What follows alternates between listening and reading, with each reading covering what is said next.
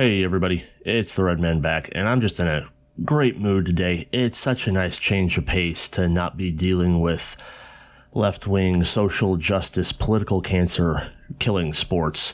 It's good to be back to the good old days of regular bureaucratic incompetence and administrative micromanagement in meddling, killing my sports. And that's what we have today. Rob Manfred, Commissioner of Major League Baseball, feels he hasn't been getting enough respect owed to him as one of the worst commissioners of the big four sports leagues in North America. It is a four-clown race between him, Gary Bettman of the NHL, Adam Silver of the NBA, and Roger Goodell of the NFL. But Rob Manfred, Dickless Rob, good old schmuck that didn't do a damn thing about the Astros, really, and them cheating to ruin the integrity of at least 2 World Series, is back to make a major push to take over the top spot. As we'll see here. Listen, I know rules ebb and flow and change a little bit. Golf updates their rules, usually little things every couple of years, just to try to clarify some things or update some procedures. In theory, that's fine. In execution, this is, you're going to see, it's kind of garbage. All of it. They're just experimental rules for the minor leagues now, but the fact that they're even considering some of this is alarming, to say the least. I'll get right into the article here. Major League Baseball will deploy several experimental rules in minor leagues this season. Article by Jeff Passan, who, while being a little turd-monger like everybody else at ESPN, this article is actually, a decent example of reporting, merely, running down what's going on, just the facts, ma'am, as they used to say, instead of the usual blatantly editorializing left-wing cancer that ESPN puts out on a regular basis. So good on you, Jeff. You actually made one good article. Major League Baseball on Thursday outlined a litany of experimental rules it plans to implement at different minor league levels this season, including banning some forms of defensive shifts, more games governed by an electronic strike zone, a 15-second pitch clock, limiting pickoff moves, and larger bases. This paragraph's worthless. Each level of the newly constructed minor leagues, which came under MLB control and will go from 160 teams to 120, will have a twist on gameplay. The most radical will be at AA, where 4 infielders will be mandated to have both feet on the infield dirt, preventing the extreme shifts that often see players from the left side of the infield shifted to short right field. Depending on the results, the league said, the second half of the season could see a more extreme version of the rule. 2 infielders on each side of the second base bag. The league was unabashed in its explanation for the rule. Quote, these restrictions on defensive positioning are intended to increase the batting average on balls in play. This might be the stupidest of several stupid ideas these fools came up with. All of this is a desperate and ultimately doomed, probably counterproductive attempt to draw in new viewers. But here's the thing.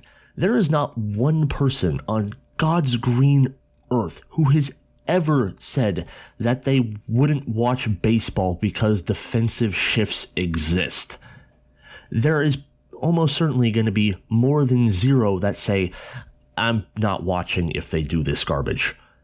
So there is no way this isn't a net loss of viewers, this stupid garbage. And they're talking about intended to increase the batting average on balls in play. The hitters don't give a screaming shit about their batting average on balls in play, at least the hitters where the shift faces them a lot. Like Bryce Harper. He doesn't care about his batting average on balls in play. He's trying to hit dingers. All he's doing every time he's at the plate is trying to pull a ball as far to right field as possible.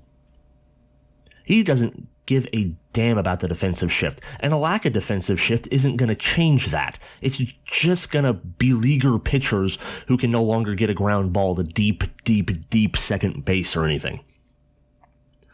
So this is only a pure negative. The fact that they're even considering it is appalling. Like I said, not one single fan is upset that defenses shift. I, in particular, am kind of upset that the people that see these shifts don't just hit against the shift. If all of the defense is shifted to the right half of the field, hit the ball to the left, for God's sakes.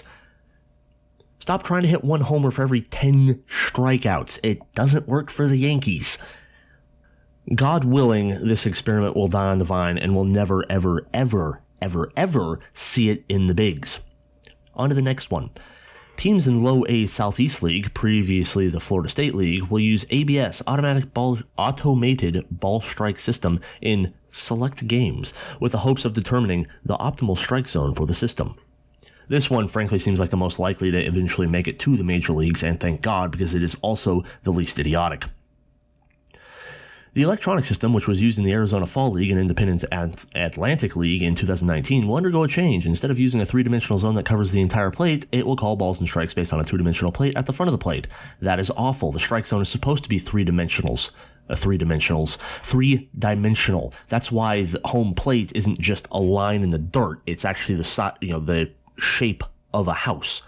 And I'm kind of torn on an electronic ball strike system. I like the idea of every umpire kind of having a slightly different, eye for it, and the teams tracking that and having a book like, ooh, this umpire gives a little bit to the outside corner, or, ooh, this umpire calls low strikes, or something like that, and adjusting to it. That just enhances the chess match. But, on the other hand, anything that could put Angel Hernandez out of a job is a good idea in my book. Yeah, this one isn't that bad. I've tinkered around with it in the minor leagues, see how it goes. I don't think too many people are going to be too butthurt about an electronic system if it actually works well. Nor is an electronic system going to turn people off from the sport. So, in terms of viewership, this can't hurt, might even help. Next rule change. Another low-A league, the West, will operate under a 15-second pitch clock. MLB and the Players Association have discussed the implementation of a pitch clock and is likely to be part of a broader discussion on new rules of the collective bargaining agreement expiring December 1st. I do not like this. We already have, I believe, some delay of game rules to keep pitchers from taking forever. But, sometimes you gotta look off the guy on first. Sometimes the batter calls time.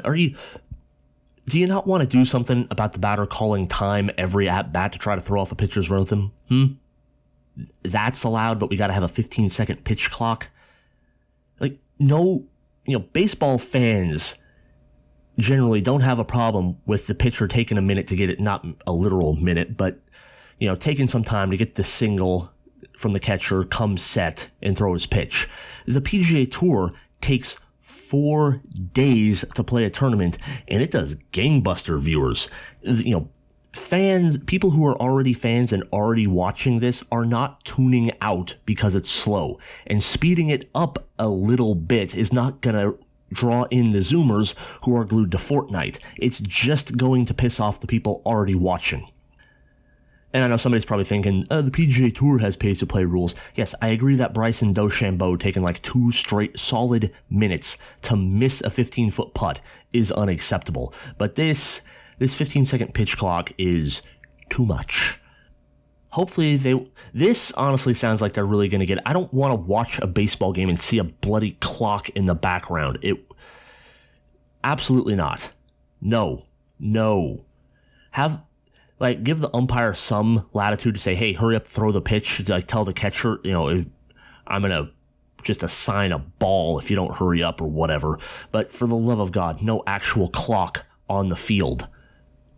This right here is probably the second stupidest idea behind the, what was I aching about up here? Oh, right, behind the defensive shift rules. This is probably a very close second. Where are we? Right here.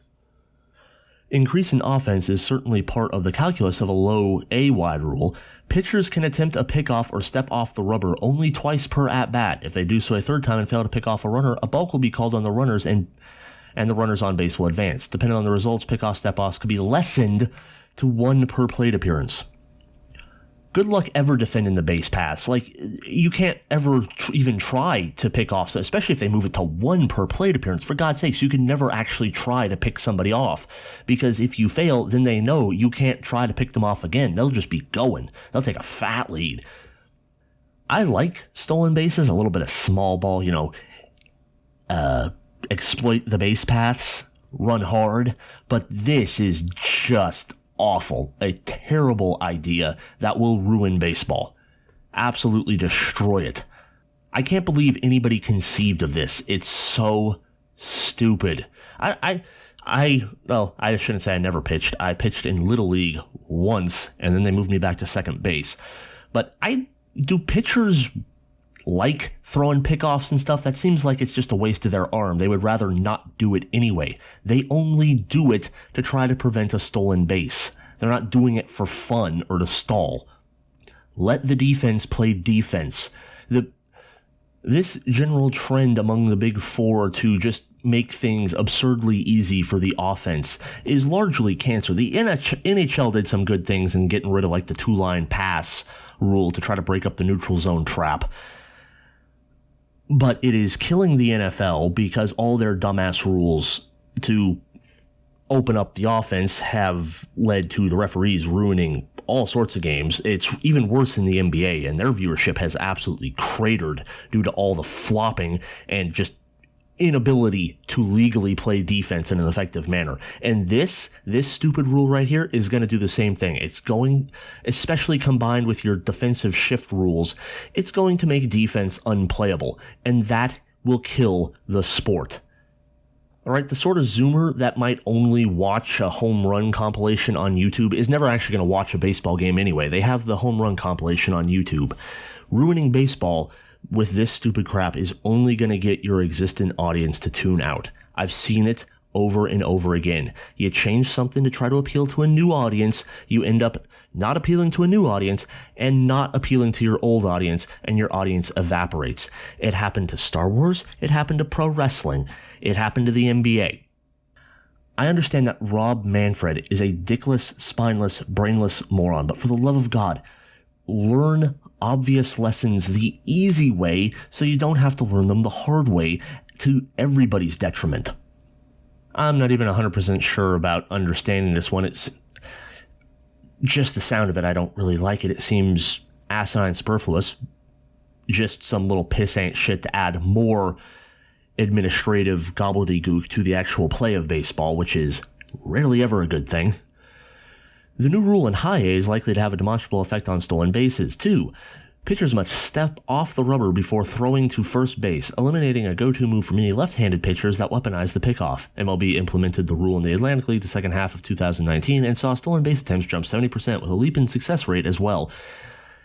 Seeing them jump 70% makes me think that's a pretty big jump for something that should only affect left-handed pitchers, but whatever. While the stolen base has been disincentivized by teams deeming it not worth the risk, the new rules will likely change that. All the new rule. This isn't as bad. You could still at least try to pick a guy off and keep him somewhat close to the bag. You might be less successful in it, but, you can hold the runner a little bit. Unlike this terrible idea to limit your pickoff attempts. That is pure cancer. Absolutely not. Never. Whoever came up with this idea should be fired. Don't even let them mail them the stuff at their desk. Don't let them back on the premises. Just in case their stupidity is contagious. The final rule is at the highest level, AAA. Bases will be 3 inches longer on each side. I know this sounds asinine, but these bureaucratic and administrative pinheads running the MLB clearly feel they think they need to look useful. Please don't. You're most useful when you're not fucking things up. Stop changing things just for the sake of changing them. Currently, the front edge of first base sits 88 feet 9 inches from home plate. It will move to 88 feet 6 inches. The distance between first and second and third will likewise decrease. The result, MLB said, quote, a modest impact on success rate of stolen base attempts and the frequency with which a batter-runner reaches base on ground balls and bunt attempts. MLB also hopes larger bases will allow for fewer injuries on collisions at the bag. I believe they have it in softball at first base, where they have, first base is a rectangle, not a square. They have almost another base worth of base sticking off into foul territory so that the runner has some place to step that isn't the first baseman's ankle. It would look a little silly, but I wouldn't mind seeing that. Though with guys like Gleyber Torres slinging the ball all over Christendom, you never know where the first baseman is going to be pulled by the throw. Some things are just unavoidable, which is a lesson all sports leagues could learn. People get hurt, especially playing sports, especially playing contact sports. Not that that's a big concern for the MLB, but still, this seems like just unnecessary tripe. They say it's going to impact the success rate of stolen bases and the frequency with which you reach base on an infield single. That which is unseen here is it's going to even further diminish starting pitchers. They can barely get out of the fifth inning as it is with all this reliever shit. Making it even easier to leg out a ground ball is going to make it even harder for pitchers to go deeper into a game, which is going to mean even more pitching substitutions, which slows down the game, as these same idiots running Major League Baseball have pointed out, and in considering at least ways to limit the amount of pitching changes. If you want to limit pitching changes, stop making it easier for people to reach base and drive up the pitcher's pitch count. Once again, not one person was watching baseball thinking, man, if they don't make the bases 6 inches wider, I'm going to stop watching. Not one soul on this earth. And honestly, most people probably aren't going to even notice the difference in tune out because of this nonsense, but they might. There's no upside to this. You're not going to gain a single viewer because of this. You could, however, destroy the sport like a complete bell end. I just had to get one last insult in at Rob Manfred. He really is the dripping shits. Anyway, that's all I have for you today. I'm going to wrap this up before I go on way too long. Like, comment, share, subscribe. I hope to talk to you again before too long. Until then, y'all take care.